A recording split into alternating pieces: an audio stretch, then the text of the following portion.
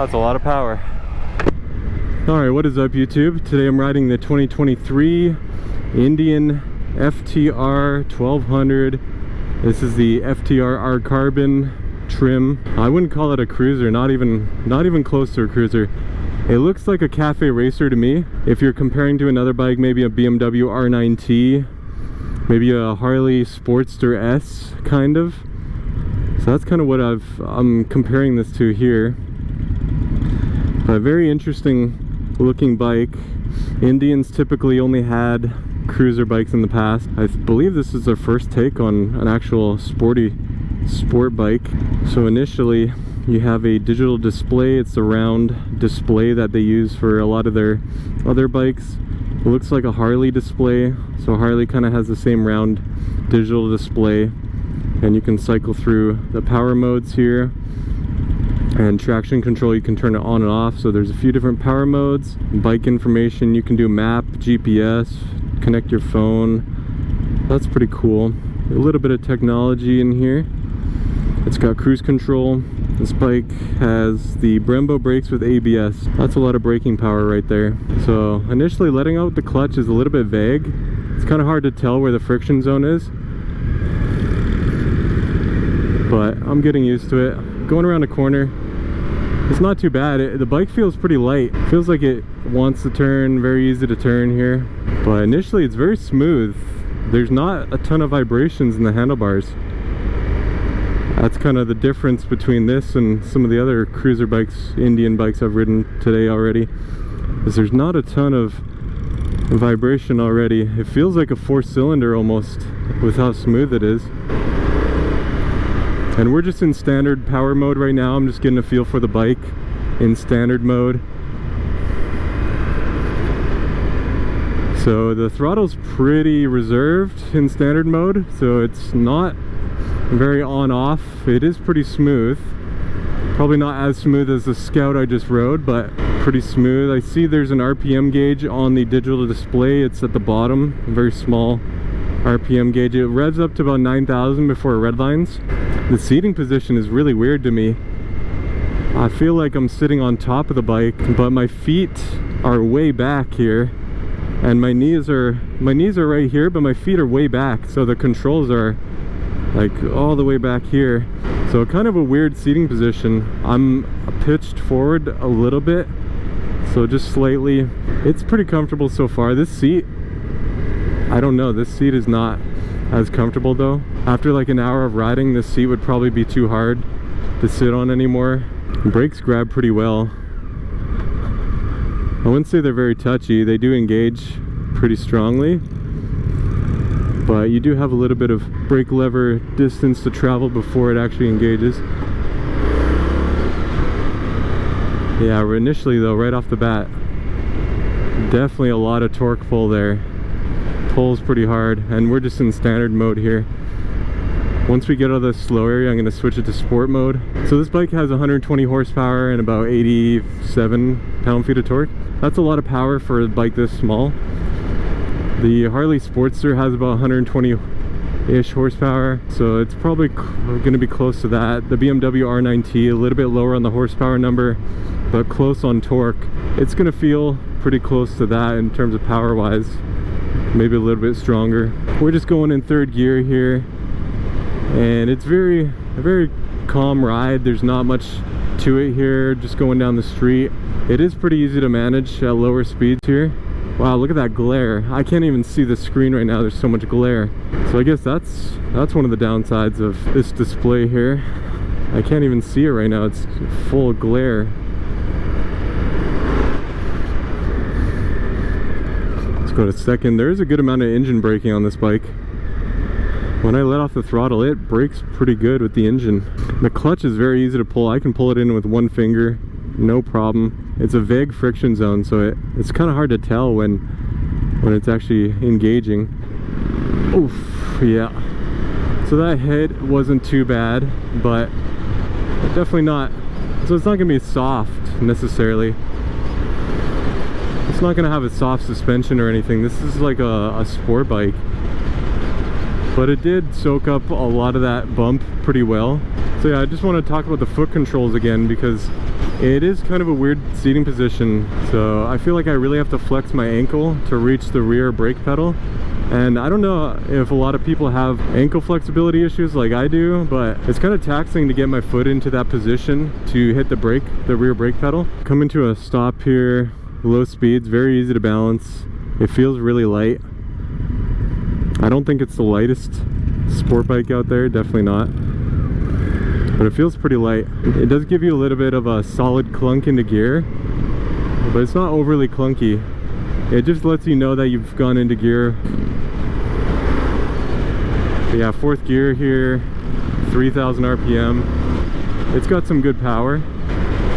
We're gonna switch it to sport mode here. And I find this screen a little bit distracting while you're riding. Like, you really, with gloves on, you really have to kind of be careful, don't drive distracted.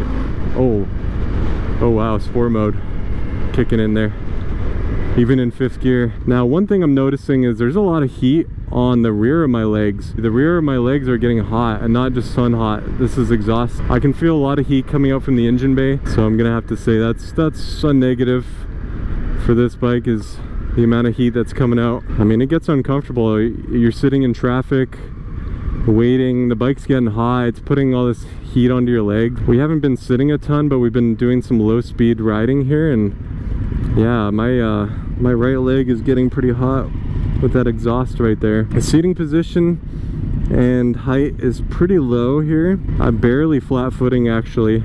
I'm 5'11". You can see my knees have a decent bend in them, but this bike sits a little bit taller than some of the other bikes I've ridden, sport bikes in particular.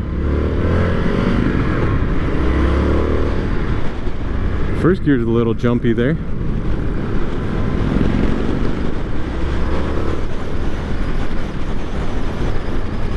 Yeah, sport mode, the throttle is definitely, I mean, it definitely gives you a lot more power right off the bat in sport mode. The throttle's still pretty smooth, I'm not gonna lie. You do have to roll into it. It's not instant like the Chief was. So the throttle's still smooth in sport mode, which is really nice. Some bikes have a sport mode where the throttle is just on and off, too jumpy. But I've ridden some bikes that have a smoother throttle in sport mode. That's what I prefer. I'd like a smooth throttle because you can still get to the power easily. You just roll in. On and off the throttle should be smooth. Think about when you're going around a corner, you want to be smooth on the throttle, and it's hard to do that in sport mode if it's really jumpy. So yeah, I'm liking this bike so far. It's fun to ride. It definitely doesn't feel like a 4-cylinder, but it is smoother than some of the other V-twin bikes that I've been riding. That's interesting. Let's go around this corner here. Yeah, it likes to turn over. It's not bad. Definitely got some good power. I'm gonna go 2nd gear around this corner here. A little bit of trail braking.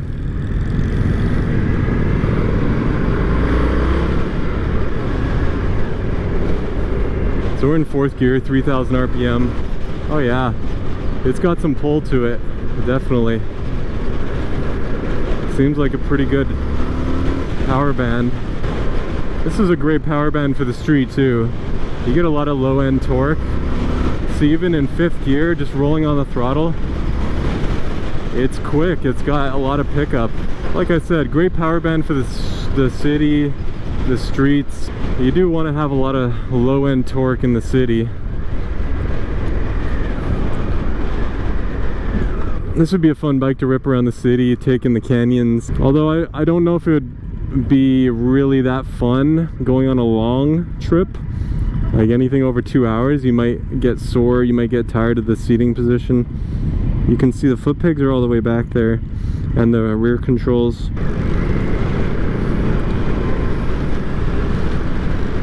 Here we go. I'm gonna roll on the throttle here.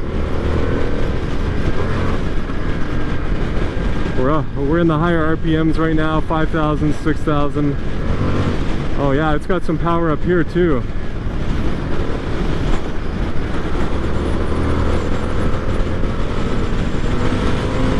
wow, wow, yes. It's got some mega power up top. Wow, I was not expecting that high-end power too. That's crazy. That's some good pull right there. It seems like it has a pretty balanced power band. It seems like there's power almost everywhere. I think as long as you're in the right gear, even in 6th gear, we're at 4,000 RPM here, going almost 70. I can roll on the throttle a little bit and it picks up pretty quick. At higher speeds here, the bike feels pretty stable. There's a little bit of wind blast. Honestly, not as bad as some of the other cruisers I rode today. There's a lot more wind blast on there. Rolling on the throttle. Oh yeah, it's just, it pulls. That's some good power right there. I like that. I don't know if I feel like a torque hit.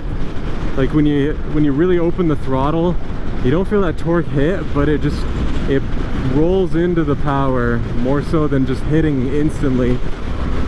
Maybe that's a good thing. And just a reminder, we're in sport mode right now, so it's got a good amount of power and it's still pretty smooth on and off the throttle. Now there are a good amount of vibrations in the handlebars at higher speeds, but honestly I was so shocked by the power I didn't even really notice it until I took a step back here and started relaxing, and then you kind of notice the vibrations in the handlebars. It's definitely smoother than the other cruiser bikes that Indian offers. I think you really got to roll into the power on this bike, but it's surprising once you get into it. That is some healthy pull right there. It's a nice little sport bike. I'm gonna call it a sport bike because that's what it is. It's not a cruiser, not at all. I wouldn't really even call it a cafe racer. It's almost too powerful to be a cafe racer. It just feels like a sport bike to me. That's it. Naked sport bike. It's got the power, it's got the characteristics, it handles really well. So it just feels all around like a naked sport bike. Feels pretty close to the 890 Duke that I rode yesterday, and the BMW R Nine T, and probably close to the Kawasaki Z900 as well. I'd say that's a close competitor. Although if we talk about the price on here, for the carbon specifically, 17,000 MSRP, that is a very healthy price tag. That is a very strong, high price tag right there. So do I think it's worth 17,000? Not really, but that's kind of for you to decide. Is it a good bike on its own? Yes. Is there better bikes on the market? I don't know, probably. I mean, there's definitely cheaper bikes. The Kawasaki Z900 comes in right around $10,000. That's $7,000 cheaper than this bike. Other than the price tag, I think I like everything else besides the heat, the amount of heat that's on my legs. Yeah, I mean, other than that, everything else worked out pretty well. I do like the bike.